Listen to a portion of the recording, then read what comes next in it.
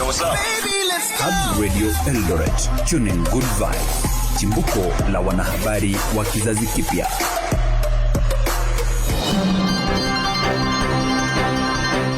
A very good evening to you and welcome. Thank you so much for joining us on the news. My name is Gidion Ngeno and this is Hubz Radio. But first, here are our top stories. Rice farmers from the Mwea irrigation scheme in Kirinyaga County are asking the government to create a national rice council to guide policy and support farmers.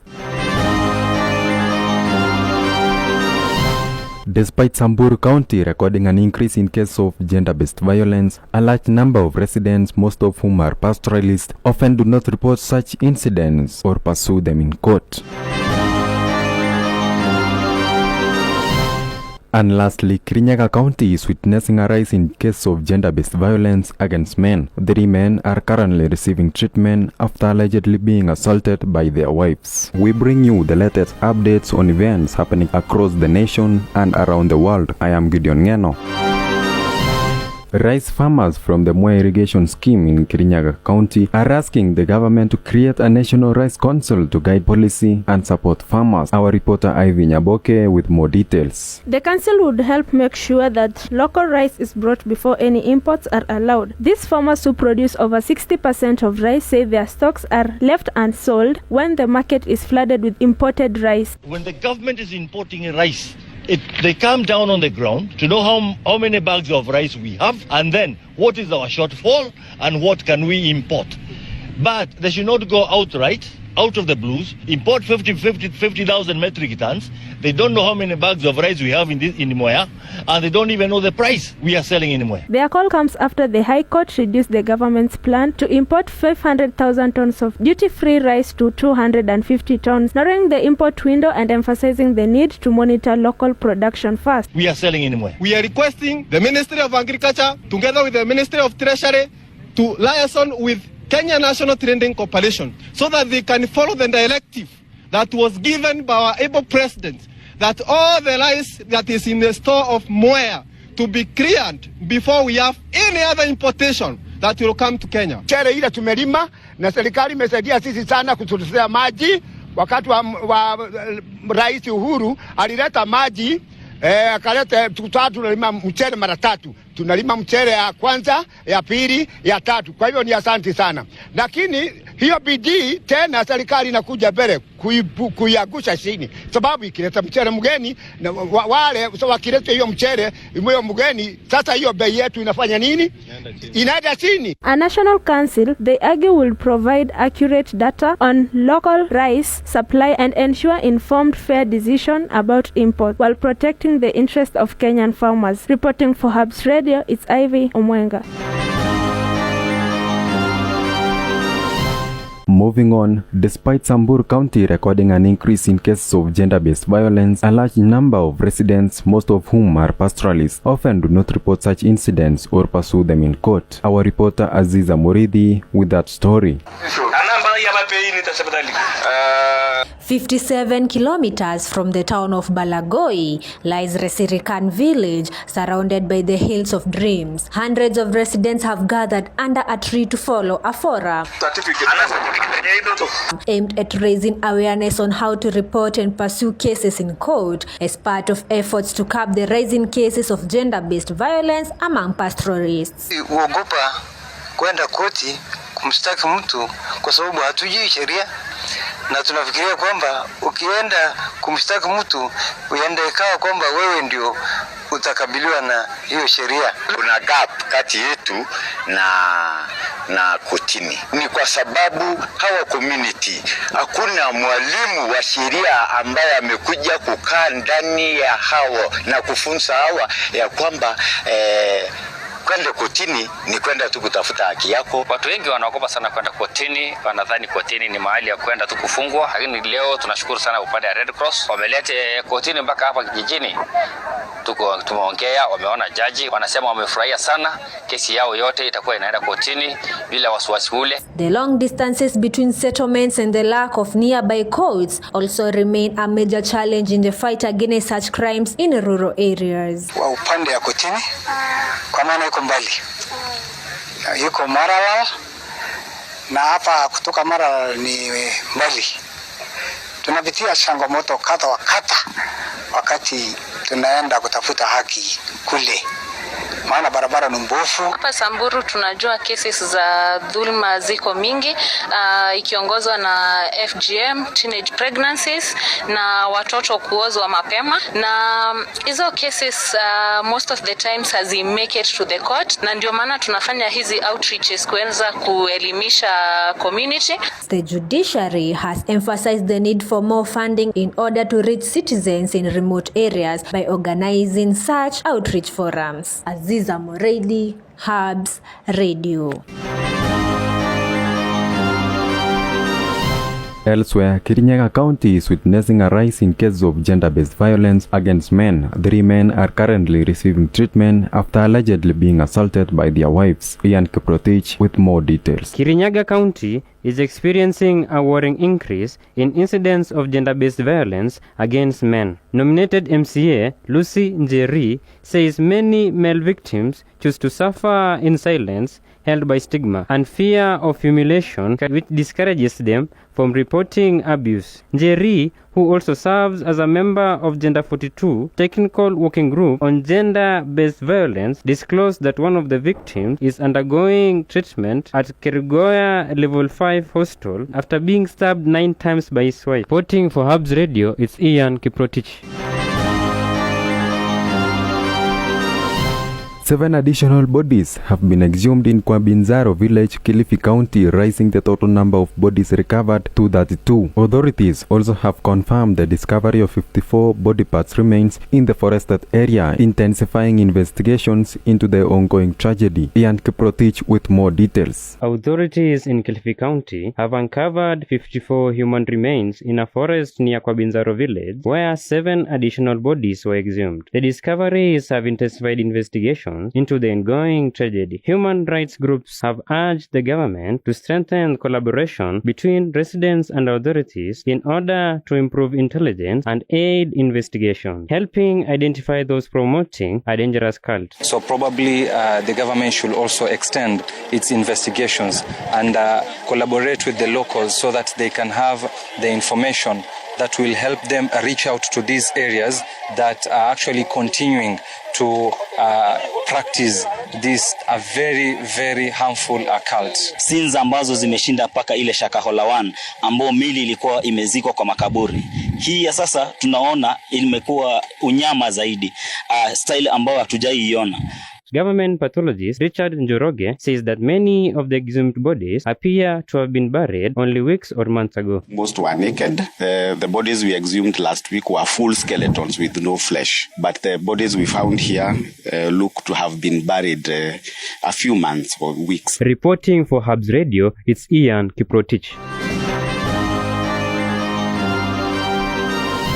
Moving on, Wiper Liberation Front leader Kalonzo Musyoka was forced to cut short his tour of Tharaka constituency on Thursday as pro-government supporters chanting pro-government slogans disrupted the meeting. Our reporter Kemuma Acheng brings us more. He began his day by officially opening the new Loop Wiper Liberation Tharaka office before embarking on a day-long tour of Tharaka constituency. His first of a 2-day tour of Tharaka Nithi counties, Chuka, Igamba Ng'ombe, Mara and Tharaka constituencies. However, no sooner had he settled on his car sunroof at Marimanti, this group of rowdy youths chanting pro-government slogans disrupted the meeting. And at Gibunga, the situation was no different. The events forcing the Wiper leader to cut short his tour that he believed was largely successful. I don't know who had paid them what, but this is a type of intolerance. We are a democracy, and people have every right. In fact, the only credit I give the people of Marimanti, nobody threw stone. Nobody said dirty thing. Kalonzo blames the disruption on Deputy President Kithure Kindiki, who has grown intolerant to divergent views, especially those castigating the government he serves. He should set the example by allowing people to come to his place freely. But if he's going to be the chief goon, and co-organize goons na watu kama hivyo, how will he, as Deputy President of the Republic of Kenya, how will he be received elsewhere? It's unclear whether the tour will continue to Mara and Chukaigamba Ng'ombe has planned. Achien Kemuma reporting for Hubz Radio. Moving on, the National Assembly's Health Committee has launched investigations into allegations of illegal kidney trade in Uasin Gishu County. Our reporter Ivy Nyaboke with that story. The National Assembly Health Committee has held a meeting with officials from Moi Teaching and Referral Hospital, St. Luke Orthopedic and Trauma Hospital, and Oak Tree Center of Kidney and Chronic Disease Care, institutions linked to the alleged illegal kidney trade scandal in Uasin Gishu County. Are there any follow-ups which are being done here, or all the follow-ups are being done at Oak Tree? So most of the follow-up, because the Oak Tree is actually center for nephrologists, so post-kidney transplants, they are followed up there. We have not had a partnership with Medihill. We have a MOU as well with Oak Tree that guides this and tells us what our roles and responsibilities are in the kidney transplant process. The hospitals have strongly denied any involvement. The committee has promised to set up investigations vowing to uncover the truth and ensure anyone found guilty is held responsible. So most of the time we send our patients to St. Luke's because most patients prefer doing their transplants locally. So we don't perform the transplants per se, but we are in collaboration with St. Luke's on the surgical aspect. One of the key challenges that we have is that once you have the patients come here, if there was anything that happened outside there, we cannot tell, because at the level of the hospital, all we do is admit the patient, help them, and then they go home. The committee is also collecting views from the health facilities and is later expected to visit Medihill Hospital, linked to the former Kesses MP, Swarab Mishra, who is under investigation over the claims. Reporting for Hubz Radio is Ivy Nyaboke. Elsewhere, the Office of the Director of Public Prosecutions has approved charges against Bomet Governor Hilary Barchok and former Bungoma Governor Wycliffe Wangamati. This follows investigations into alleged procurement fraud, conflict of interest, and misuse of public funds. Our reporter Juliet Jerotich brings us more. The decision comes less than a month after the Ethics and Anti-Corruption Commission (EACC) flagged 16 governors, including 5 who are still in office, for possible prosecution on corruption charges. Kiambu Governor Kimani Wamatangi and Marsabit Governor Mohamed Hali are still under investigation since their file have been sent back to the EACC for review. The ODPP has finished investigation into claims of conflicts of interest against the Governor Barchok over 2.7 million Kenya shillings he allegedly received from companies that did business with the county between 2019 to 2020 and 2024 to 2025. The ODPP has directed that Barchok and Evans Kipkoech Korir, the director of Chemasos Construction Limited, be charged with the offense instead of the 4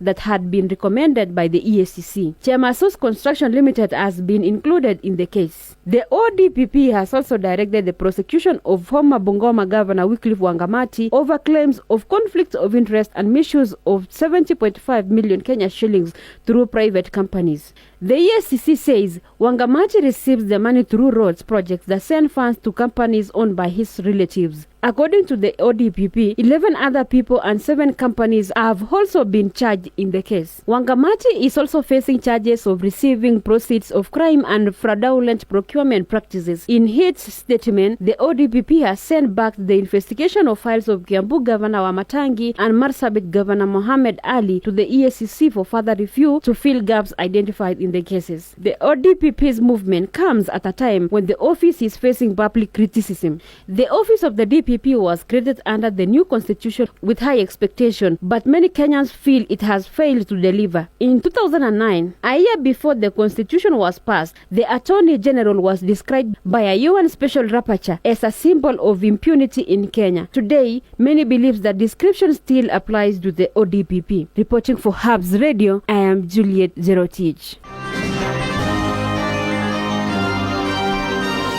And finally, Harambee Stars now have the opportunity to buy government houses at half the price after the government reduced the cost by 1 million shillings. President William Ruto announced this when he met with the team's players on Thursday. Aziza Muridhi with much more details.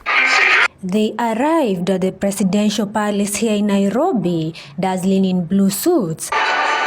They were here on the official invitation of the president for a luncheon. and to be celebrated after an exciting campaign in the Chan tournament where the Harambee Stars reached the quarterfinals. Although they did not qualify for the semi-finals, they were still able to receive house keys under the government's housing project. President William Ruto announced that they will still get to own those houses. We had a deal, and I was really looking forward to each and every one of you owning a home. It was really my prayer and wish. You didn't make it to the finals, but you made us. However, they will be required to pay half the price of the houses. The 2-bedroom house that we had agreed on under our current arrangement in affordable housing costs 2 million shillings. We are going to pay for you half that amount. We're going to pay for you 1 million shillings.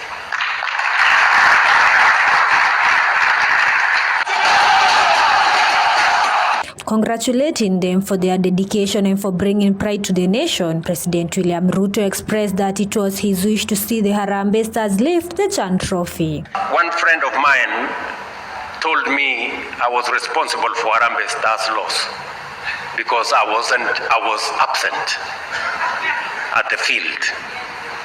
And for a moment I thought maybe he was right. Maybe I should have been there in person and encourage these friends of mine to do their best.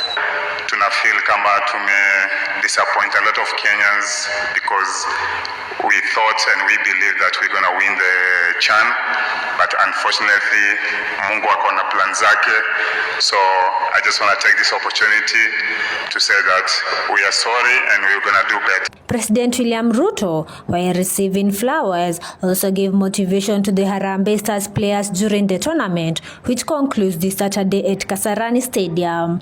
Aziza Moreidi, Hubz Radio.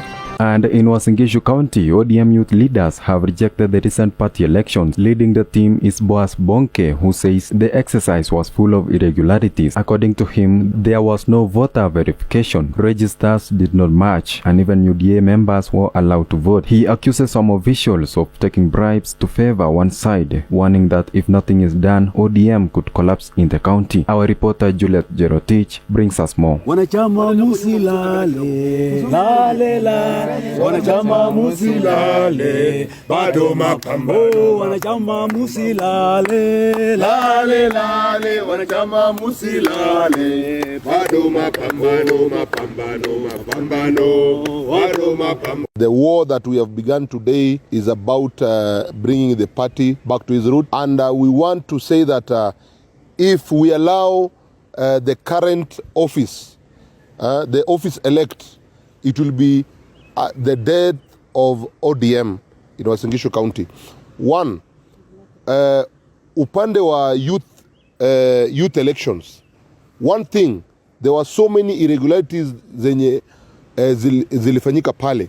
Kitu ya kwanza, we didn't have voter verification pale hiyo siku, and we were being told very well wakati wa briefing kwamba nobody will enter the hall without being verified. First, there was no verification. Secondly, the voter register that was used and the original voter register from the branch or the constituency level doesn't tally. ODM County Chairman Dr. Kipchumba Kaptoge echoed Bonke's concern and pointed a finger at Kipkorir Major. We are telling the head office, if you want the ODM isikube kwa Uasin Gishu, Menjo must go. Menjo must go. Yes, wanachama musilale, lale lale. Wanachama musilale, bado mapambano. Wanachama musilale, lale lale. Wanachama musilale, bado mapambano, bado mapambano. He accused Major of manipulating the process, bribing officials and using outsiders to sway the outcome. Tumekuja hapa kusema kwamba election ile ilifanyika hapa sio election. It was a maneuvering and messes done by one Menjo, Kipkorir Menjo. Huyu ametusumbua ya kutosha na tuko tayari kupigana na yeye mpaka mwisho. The beginning kuelect Menjo ni kuua ODM, no trip msema. Nataka kusema kwamba tulitaka kuenda election lakini the same Menjo alienda kurokota pesa kwa maudhui yetu, wakakuja kununua watu wote wenye walikuwa wale wakununuliwa wakawa wachache. Akaleta watu wengine ambao si wanachama na kuungana na party officials wenye walikuwa wanafanya election, party election officials, Koskei. Dr. Kaptoge went further to say Menjo's action have betrayed the party and even put Raila Odinga's mission at risk. The youth leaders under Bonke's leadership are now demanding the election to be nullified and fresh polls held. I'm asking the NEC to nullify these elections. We need fresh elections. Yes. Hii ambayo tumefanya juzi haikuwa election, hiyo ilikuwa mchezo. We will not recognize anybody who was elected from the last election because it was full of malpractices. The people who participated in this election were not ODM members. Most of them were UDA members and other parties.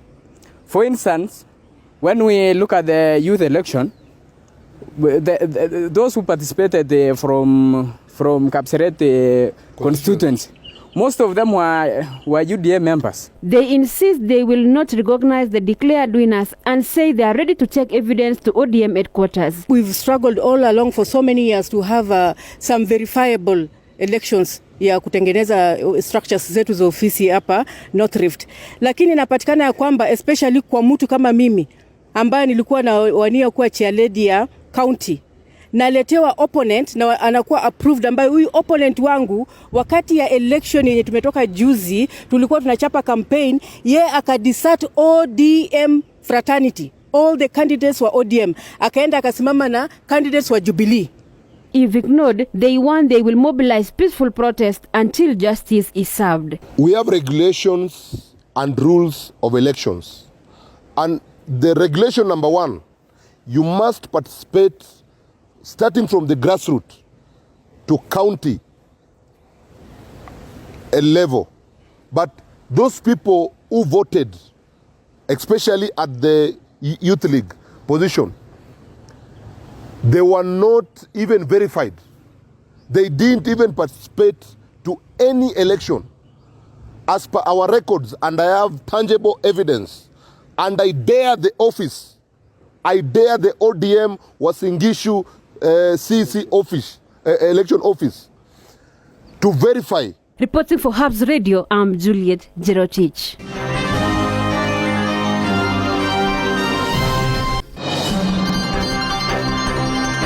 And with that report from our reporter Juliet Jerotich, we come to the end of our 6 p.m. news bulletin here on Hubz Radio. For real-time updates, follow us on Hubz media platforms and enjoy the entertainment on Hubz Radio. I am Gidion Ngeno. See you again next time. Goodbye for now.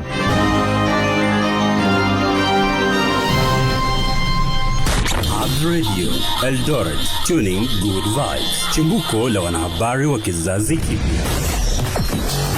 Hubz Radio, tuning good vibes.